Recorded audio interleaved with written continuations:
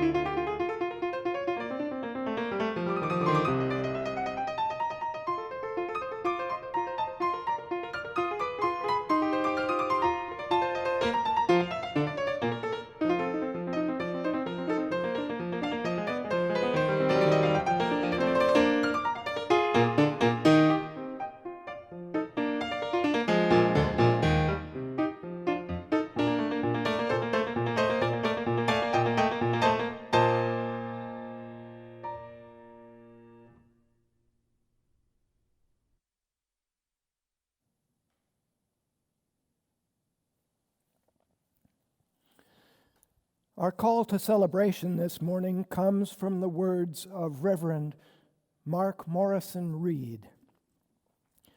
The central task of the religious community is to unveil the bonds that bind each to all. There is a connectedness, a relationship discovered amid the particulars of our lives and the lives of others. Once felt, it inspires us to act for justice. It is the church that assures us that we are not struggling for justice on our own, but as members of a larger community.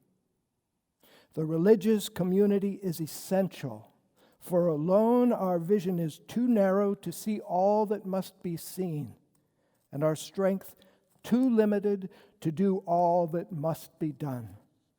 Together, our vision widens and our strength is renewed.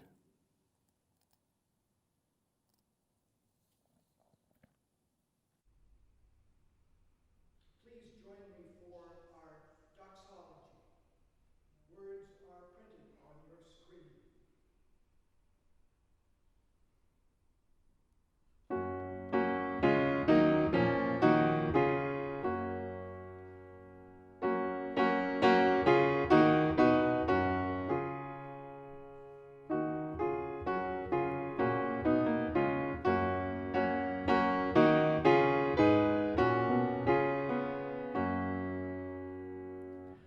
From all that dwell below the skies, let songs of hope and faith arise.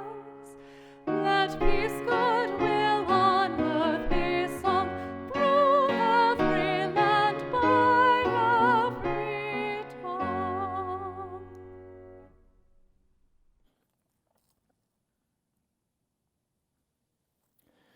Please join me in meditation and prayer. What is a prayer? It is a quieting down inside, turning away from life's busy demands for a moment.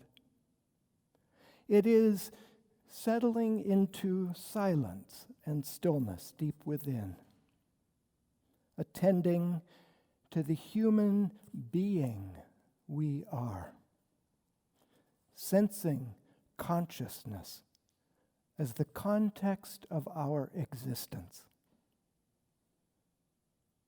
simply resting in being, resting in existence, resting in consciousness.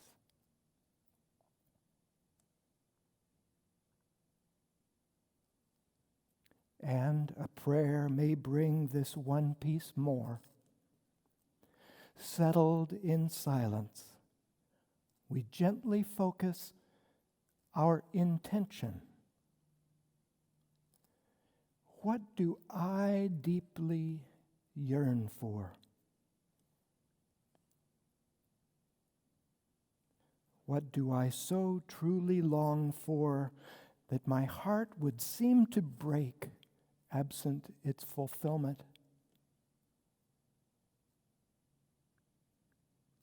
A just world for all persons? A warm meal for hungry children? A kind word to answer the suffering? Peace? Joy? Love? In this silent moment, in this still space, be open to the fulfillment of your deepest yearning.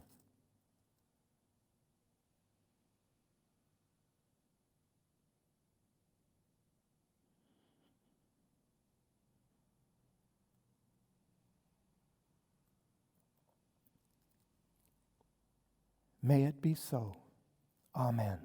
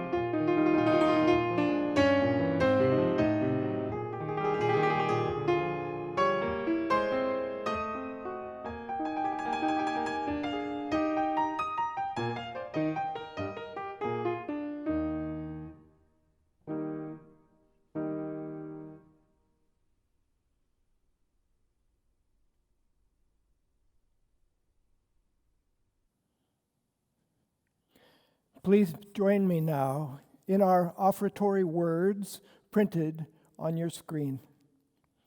This church is a community of ourselves.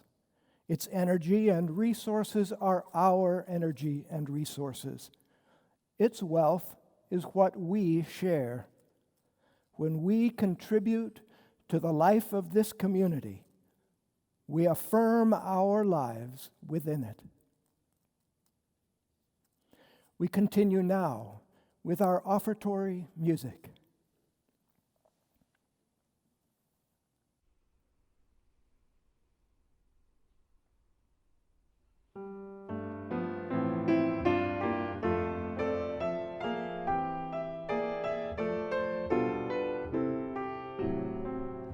Oh, Danny boy, the pipes are calling from glen to glen and down the mountainside. The summer's gone and all the roses falling. It's you must go and I must bide. But come ye back when summer's in the meadow, or when the valley's hushed and white with snow. It's I'll be here in sunshine or in shadow. Oh, Danny boy, I love you so.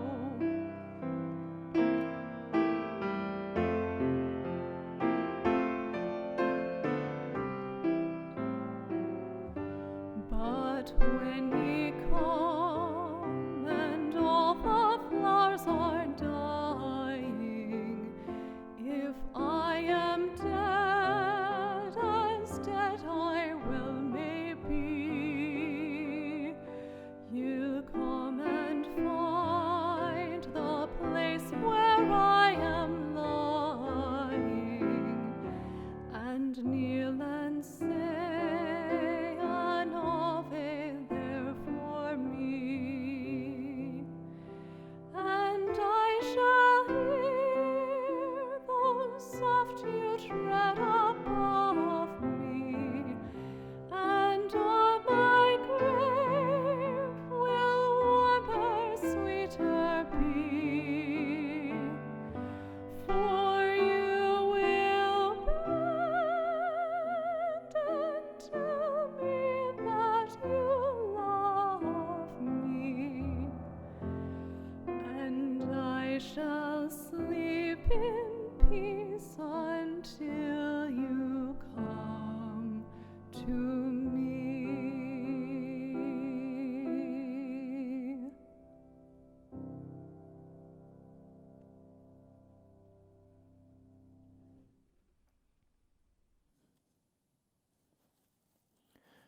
Please join me now in singing together, "Come, Sing a Song with Me," words on your screen.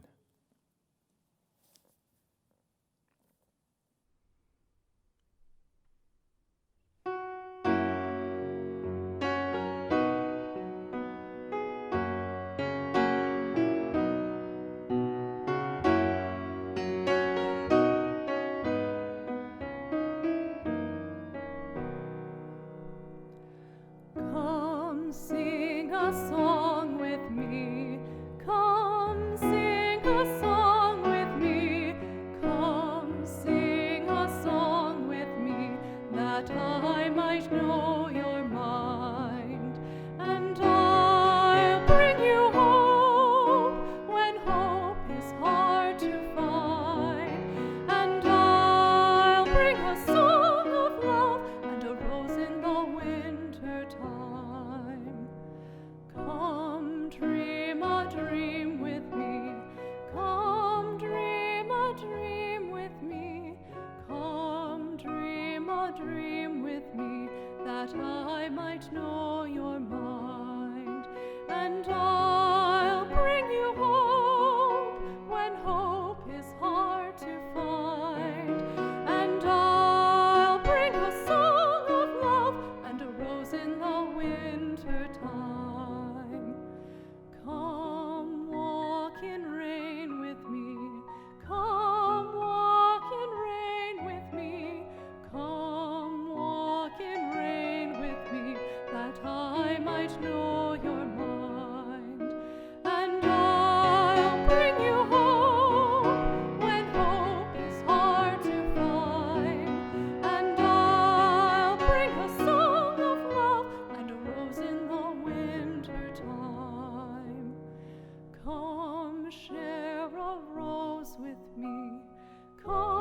share a rose with me. Come share a rose with me, that I might know your mind. And I'll bring you hope when hope is hard to find. And I'll bring a song of love and a rose in the winter time.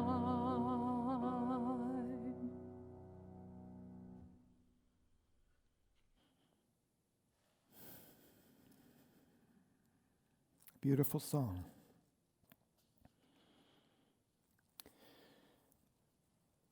I witnessed the demonstrations in the streets of urban America. I listened to the testaments delivered in the media by Black Americans, born of the pain and suffering of extreme and sustained injustice over lifetimes. I hear the messages to non-Black progressives that this is not our turn to be in the vanguard, lest we subvert the intentions and the momentum of those for whom oppression has been an everyday, lifelong reality. I believe that Black lives matter. Of course they do. But believing in justice and witnessing the pain and suffering caused by a racist economic, governmental, and law enforcement system does not feel like enough to me.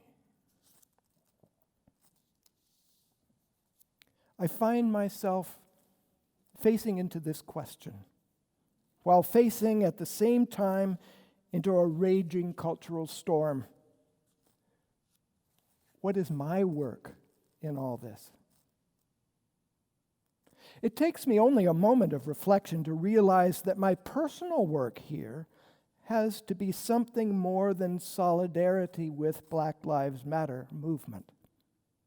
My personal work must come out of the reality of my white, middle-class upbringing, out of my privilege, out of my abundant, lifelong opportunities, not always earned, out of my own prejudice against that which I perceive as other, about the parts I play in and the benefits I take from a racist system. I'm talking here about Black and white, and about all persons whom I have knowingly or unknowingly diminished as other than myself. All those persons I have found to be uncomfortably different from me at different times of my life, persons with black or brown skin, persons whose religious dogmas and practices feel alien to me, persons whose physical or mental capacities made me uncomfortable, persons whose cultural values seemed bizarre to me, persons whose LGBTQ plus identities differed from my own. What I know now is that any social and cultural divide that makes me uneasy is first and foremost about me. It's about my fear of otherness. It's about how I might have to change in fundamental ways to be in affirmative relationship across any separative divide. I might have to overcome familiar habits. I might have to risk embarrassment or even shame arising from the truth of my thoughts, feelings, and actions. Such personal work can be intensely uncomfortable and easy to avoid. And yet from this personal truth-telling emerges the hope of new hope. We enter the dark night of the soul to find something like redemption. I see no simple and final answer in this work. I see a journey that moves forward in courage and trust, never quite closing the gap completely. I see many halfway jumps, each jump a bit closer, but still with more work to do. Never enough. My catechism in prejudice began very early for me. I come from a relatively normal, white, middle-class family living in the city. Until I was 5, I was mostly at home with my mom. But I heard about the wide world from my older siblings who went to the school near us. It was an integrated Seattle public school in 1950, before integrated schools were even a thing. 5-year-old boys are a naive lot, and I was particularly inexperienced in the ways of the wider world. My siblings were instructing me in a teasing way what I would need to know to get by in my first day of kindergarten. They told me to watch out, that was their word, watch out for the colored kids. The tone carried a sense of threat. And so I was anxious that first day of real school. All day long, I looked warily for colored kids. And when I got home that afternoon, I told my sister and brother that I couldn't find any, because I had imagined colors as various as I found in my Crayola box. But with their help, I began to understand who they were talking about, beginning my formal training in prejudice. Now, I don't blame my siblings. These doctrines of fear were inculcated in them before me.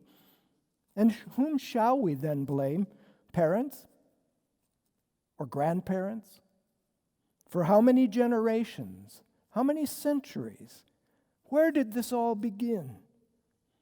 All I can think is that prejudice against the other was built right into the fabric of society, structured in, reinforced generation after generation.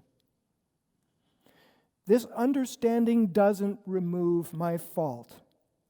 Actually, I feel it intensifies it if I don't do the self-work that it requires to counter the age-old, deeply ingrained creeds of culture. We moved from that integrated neighborhood 2 years later, fleeing our fears and seeking security in the suburbs. No longer confronted with multicultural differences, the problem went away. Or did it? Through the years, I quietly deepened my prejudice with what I heard and read. And yet in the early 1960s, with the help of certain teachers in high school, I began slowly to realize the harms of my silent bigotry. Harm to others and harm to myself. Because silence is violence. College and medical school didn't increase my cultural competence very much. I became more associated with a progressive agenda, protested the Vietnam War, and volunteered in so-called free clinics in ethnically diverse neighborhoods. Perhaps there was some increasing comfort with a diverse team of colleagues. When I hung up my proverbial shingle, it was in a culturally and economically mixed neighborhood in South Seattle. Our provider team was ethnically diverse, matching our community. My professional manner was respectful and accommodating to all, and folks from the neighborhood were friendly with me. Real experience with people whose lives differed from my own in so many ways led to greater comfort working with all kinds of people. But an important error of understanding crept in to me during those years. You see, my operating assumption in those days with patients and colleagues and community leaders was this: basically, we are all the same. There are no substantive differences among us. Our common purpose brings us together as one. I learned to suppress my awareness of very real dissimilarities in culture and language and values as if they didn't exist or didn't matter. I was proud of all I had achieved. I worked smoothly with people and organizations, and yet at the same time I was ashamed by what felt like superficiality and even dishonesty of an approach that failed to build deeper relationship with those I served. After 25 years of medical practice, I felt a call to ministry, and I attended a Jesuit seminary in Seattle for 4 years. The course of study was more about personal transformation, evolving as a pastor, than it was learning the technical tools of practicing ministry. And there was nowhere to hide. Suppressing prejudice doesn't make it go away. In fact, maybe nothing finally expunges that early life orientation of prejudgment. As my awareness rose in the tough love environment of teachers and mentors, I began to realize how established in privilege I was and how much harm it caused in the world. How often had I claimed for myself opportunities that might rightly have been given to another? How often had I actually stepped out of someone's way as they moved forward? After ministerial internship, I was being evaluated for my fitness as a Unitarian minister by the MFC, the Ministerial Fellowship Committee. One of the questions they asked was this: is race biological? Is race biological? I was a bit flummoxed by the question. I ended up saying that what we call race is primarily based on cross-cultural perceptions, even bias, and that this also includes what we see of biological differences, like skin color. I wasn't completely satisfied with my answer, though. After the interview, my questioner contacted me the next day by email. "I liked your answer," he wrote, "but it was a trick question. Race is defined only by perception.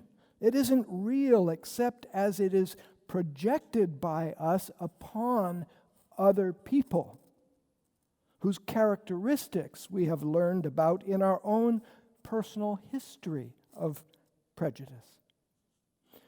What is real," he said, "is racism, when the qualities we project cause us to perceive an enemy.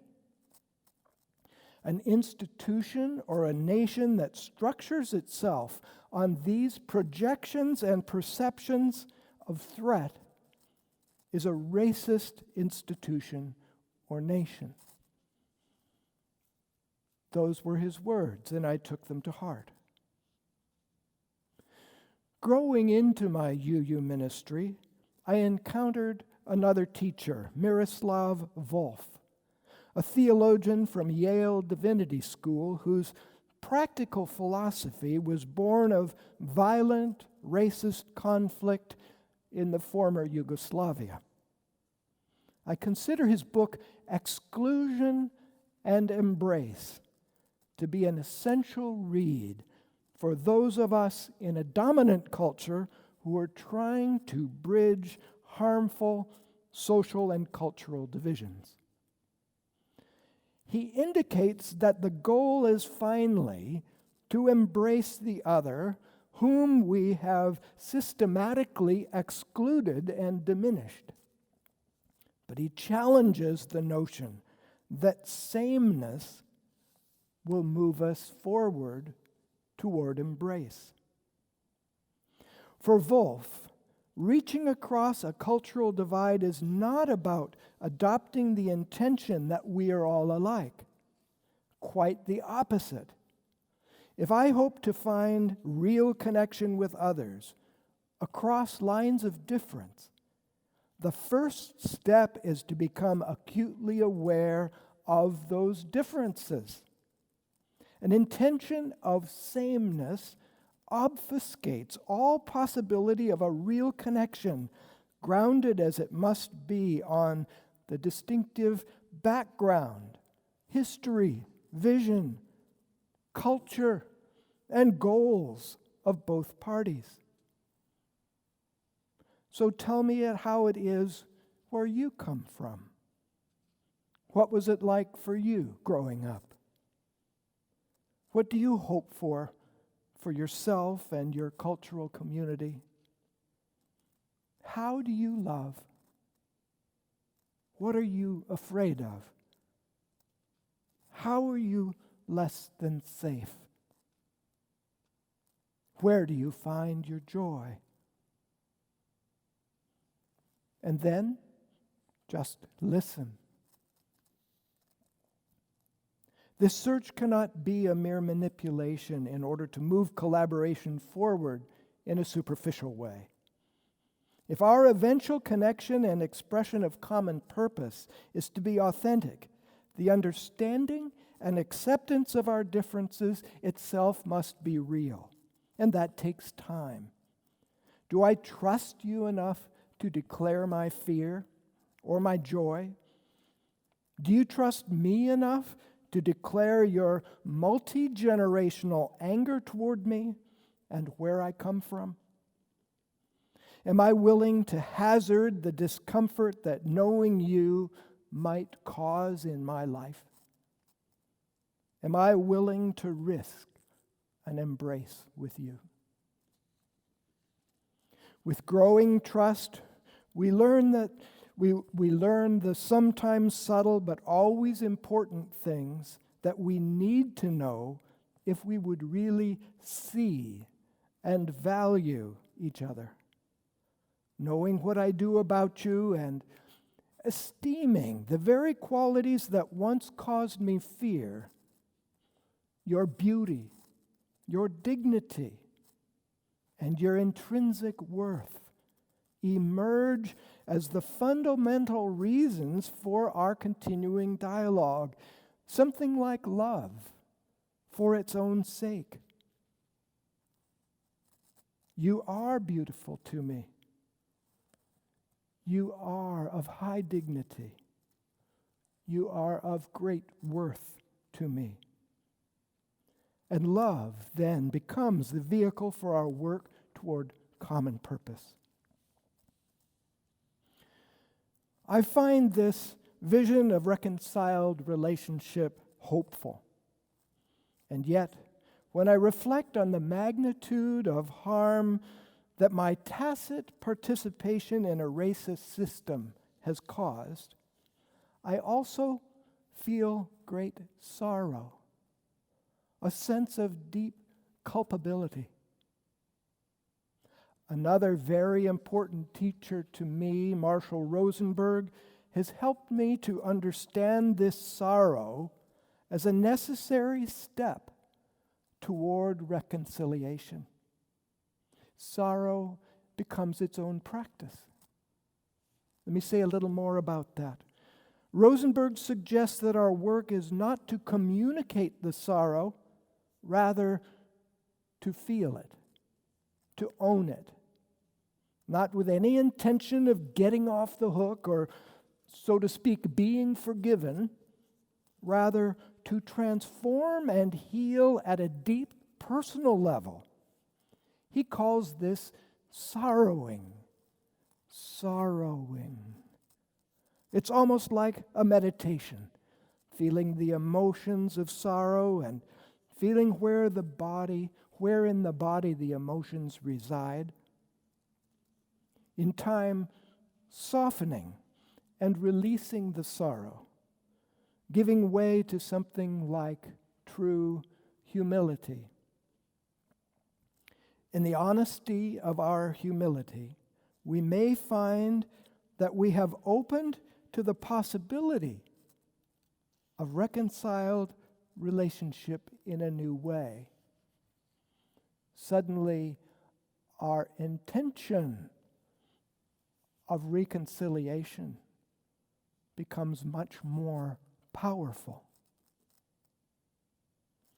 I am sorrowing the wrongful death of George Floyd, the more because I know I am part of the problem. I feel it in my heart, and I feel it in my throat. I know that it's my work to sorrow in this way, even not yet knowing what reconciliation this healing might allow between myself and an other. In most of the journeys I've taken in this life, the goal is to get there. Some credential, some achievement, some destination. But there is not the answer. In this work of owning the reality of unearned privilege, overcoming overt and covert prejudice, and replacing the fear of otherness with appreciation for the unique beauty of others, there can be no there. It is here and now, daily striving to get beyond our categorical thinking. It is direct, honest inner work. It is witnessing the harms I have caused to others and myself by my privileged position as a member of the dominant culture. It is the work of sorrowing and reconciling. We who have wounded others are in turn wounded by our own actions. The law of karma says that the harm I cause will finally harm me as well. This is not a self-pity party, nor should we glorify whatever wounds we bear from our past actions. It is a chance to feel the feeling of those wounds in our emotions, in our bodies, as a step toward healing those wounds, as a step toward an authentic, beloved community. And may this be so. Amen.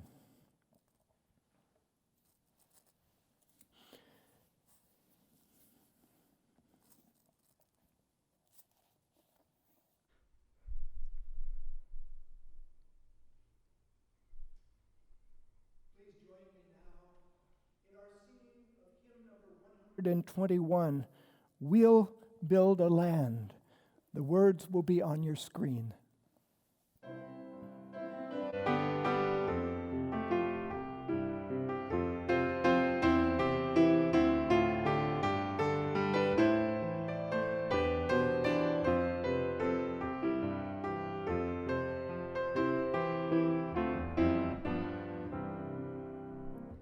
We'll build a land where we bind up the broken.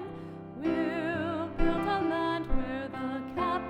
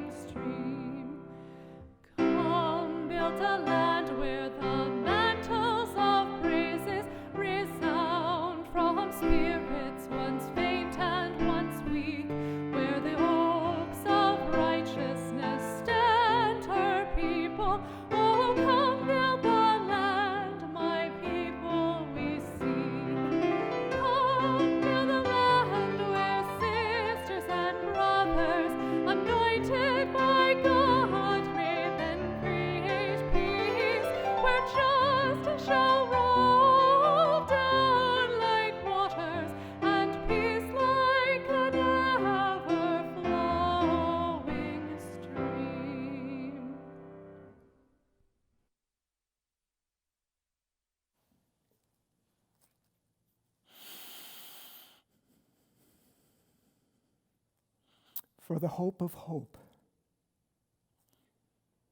May this be our hope, that we be guided by our honesty and our humility toward personal transformation, and by inner healing make ourselves truly ready to embrace and be embraced in return.